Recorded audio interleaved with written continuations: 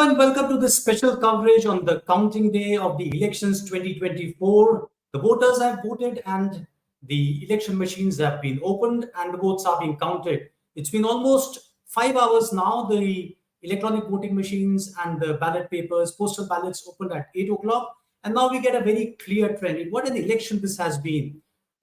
Most of the pollsters have been proved wrong, and unexpectedly, we are getting results that the underdog seems to be gaining, and the party which was supposed being predicted to be getting towards a two-thirds majority may not be doing as well as was being said earlier. It's 4 minutes past 1, and the results currently show that the NDA alliance have crossed the halfway mark, but I think that's not the story. The story of this election is that BJP and Narendra Modi, for the first time, it appears, are not crossing the 270 mark. The BJP as a party on its own for the first time. BJP currently, as some television channels are showing, is at 237. With its allies, though, they're at the NDA is at 290. The story for the Congress parties is that it is close to the three-digit mark, 97. That's almost a gain of 100%. From what it did in 2014 and 2019. And the UPA or the India parties now are at 234, well short of the halfway mark. What it means is that there are two kingmakers now in the government formation, it appears. One would be the Chandrababu Naidu's TDP in Andhra Pradesh, which has got more than 15 seats or 15 odd seats, and Nitish Kumar's Janata Dal United, the two ends in the NDA, which may decide the fate of the government. Joining me now in the Deccan Herald newsroom in New Delhi is Shemin Joy, who covers the opposition parties, especially the Congress for us, and Amrita Madhukalya, who does the NDA and the BJP and the government for us. The first question to you, Amrita, you were at the BJP headquarters. Quite active activities we saw since yesterday's laddus being made. So what's the situation currently now? What does it look like? I mean, BJP, are they satisfied with the numbers that they are getting, a clear majority with the NDA, or the BJP numbers themselves are, are something that they are really, really worried about, that they may have to depend on smaller parties to run the government? See, the two first key observations that I have after being in the BJP office this morning is that the celebrations are there, but they're very muted. And one can say that the celebrations are muted by looking at the faces of the spokespeople who are in the spokespeople box. Like you have these boxes for each spokesperson. So you don't have very senior leaders. You have a Tarun Chugh and you have like you perhaps have a Tarun Chugh and a Zafar Islam, but you don't have a Nirmala Sitharaman or a Hardeep Puri, which is what we were expecting today, because they are all Rajya Sabha leaders and they're not fighting elections. So we are not expecting a leader who is fighting Lok Sabha elections. The other thing that I think the BJP has been cautiously telling us is that please wait till 3 p.m. because these are very early trends. And these are very early trends. So we are not sure which way it goes. They still are hopeful. The celebrations in the BJP office, outside the BJP office, did not look like they were letting up. Inside, obviously, there was a bit of a muted response. But I think one also needs to look at a very key number is the numbers with which Narendra Modi, their key face, is moving ahead. I think the understanding in the BJP in the room was that the Rajput votes and SP's good calculation in terms of giving out this caste equation in terms of giving out numbers has really worked for the opposition. Something that the BJP should have been more mindful about. This is the basic initial takeaway from what I've seen at the BJP office in the last. Thank you, Amrita. Let's go to Shemin now. Shemin, well, something to celebrate for the Congress party after a decade or so. Not as many seats as they were predicting, 295, which Mr. Kharge said after a meeting of the opposition parties. But they've also proved in the process many pollsters wrong and many political pundits wrong.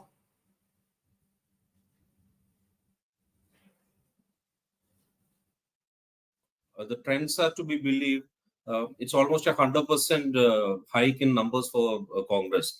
From 50 odd seats, they are winning around. They are leading in at present at around 97, 98, close to 100. 97, 98. So it's a good number for Congress. Congress has been thinking, or like their initial assessment was that they will win around 70 to 80 seats. I mean, in public they may say many other things, but they were expecting only around 75 seats, 80 seats, and they considered a number like 80 as a very good figure. This results, that the early trends are really very enthusiastic for the Congress, not just for Congress, but also for the India partners, because they have managed to bring down in the early trends BJP to 250. See, we have to remember that in the 2014 and 2019 elections, BJP had one absolute majority on their own.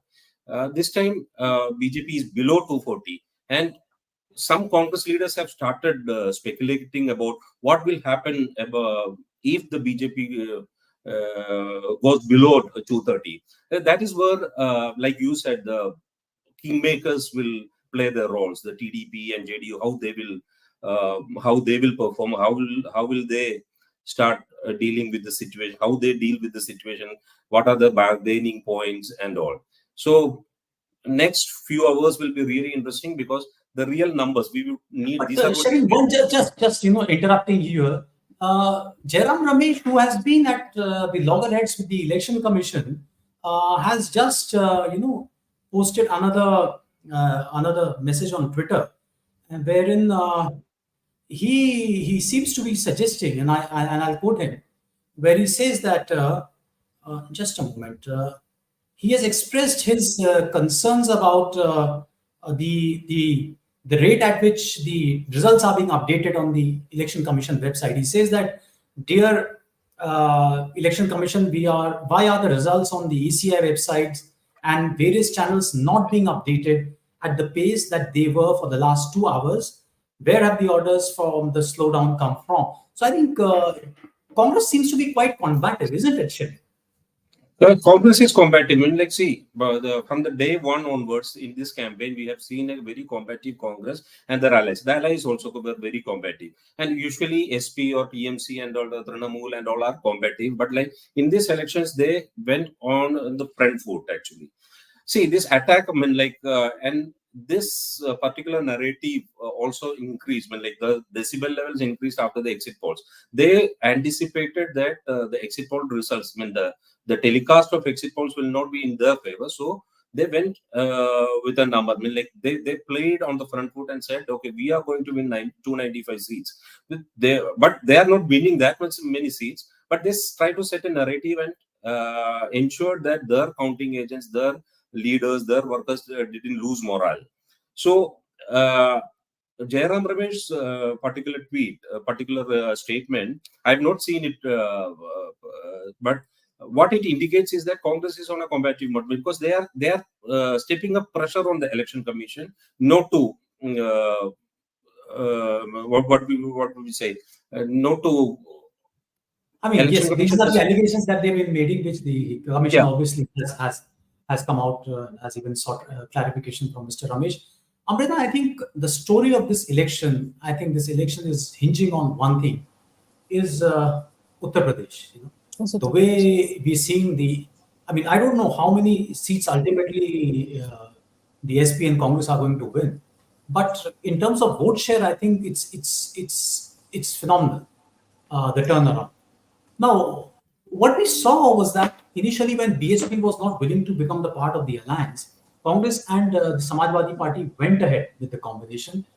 And there were two very interesting facts about this entire elections in UP. One was that Samajwadi Party decided not to, or shed its image of being a Yadav Muslim party. They gave tickets to only 9 candidates from the community. They accommodated a lot of communities which were the larger BJP umbrella or the social coalition, especially the backwards, non-Yadav backwards, and the non-Jatav Dalits. So what the sense that I'm getting from UP looking at the seat vote share is that BSP more or less has been able to retain some of its vote percentage. If you compare it with 2022 assembly polls where they were 13%, they're close to 10%, which means the Jatavs, which wanted to save the BSP as a party, has stuck with the BSP. But a section of the Dalits, Jatavs, and the large section of the non-Jatavs have gone to the Samajwadi Party and the Congress alliance. The same constitution messaging, I think, seems to have worked if there is any place in Uttar Pradesh. So, do you think that this outcome will have sort of repercussions as far as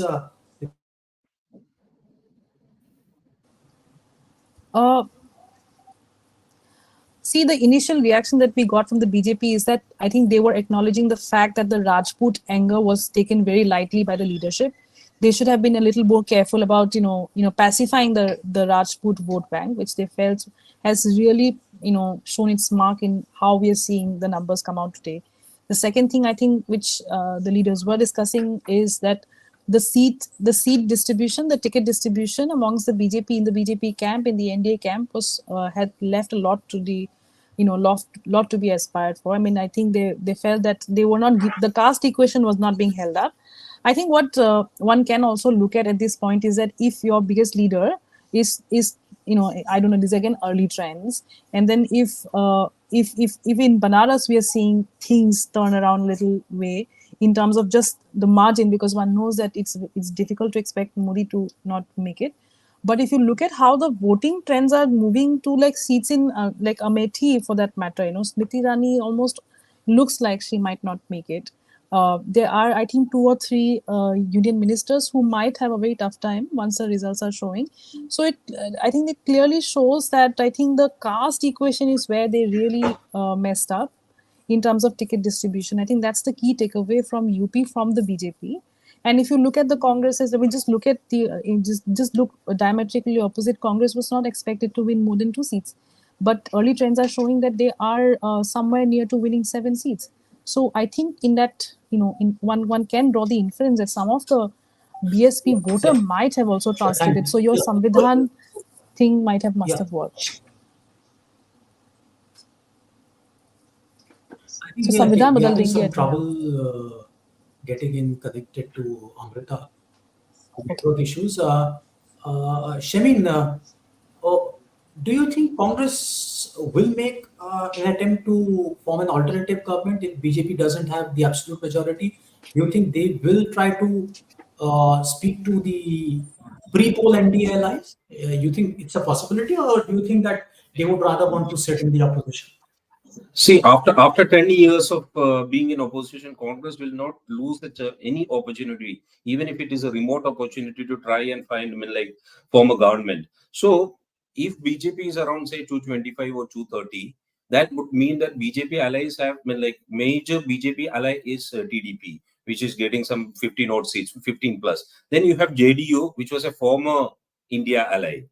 So, both of them together will be around 30-35 seats, and Congress will try to woo them. And in that particular scenario, Chandrababu Naidu and Nitish Kumar will have bargaining points. So we will have to wait and see how Congress plays its card. I'm sure Congress is not going to leave any chance to form a government, because if they have the numbers, if they think that they are in the reach of forming a government, they will not lose that particular opportunity.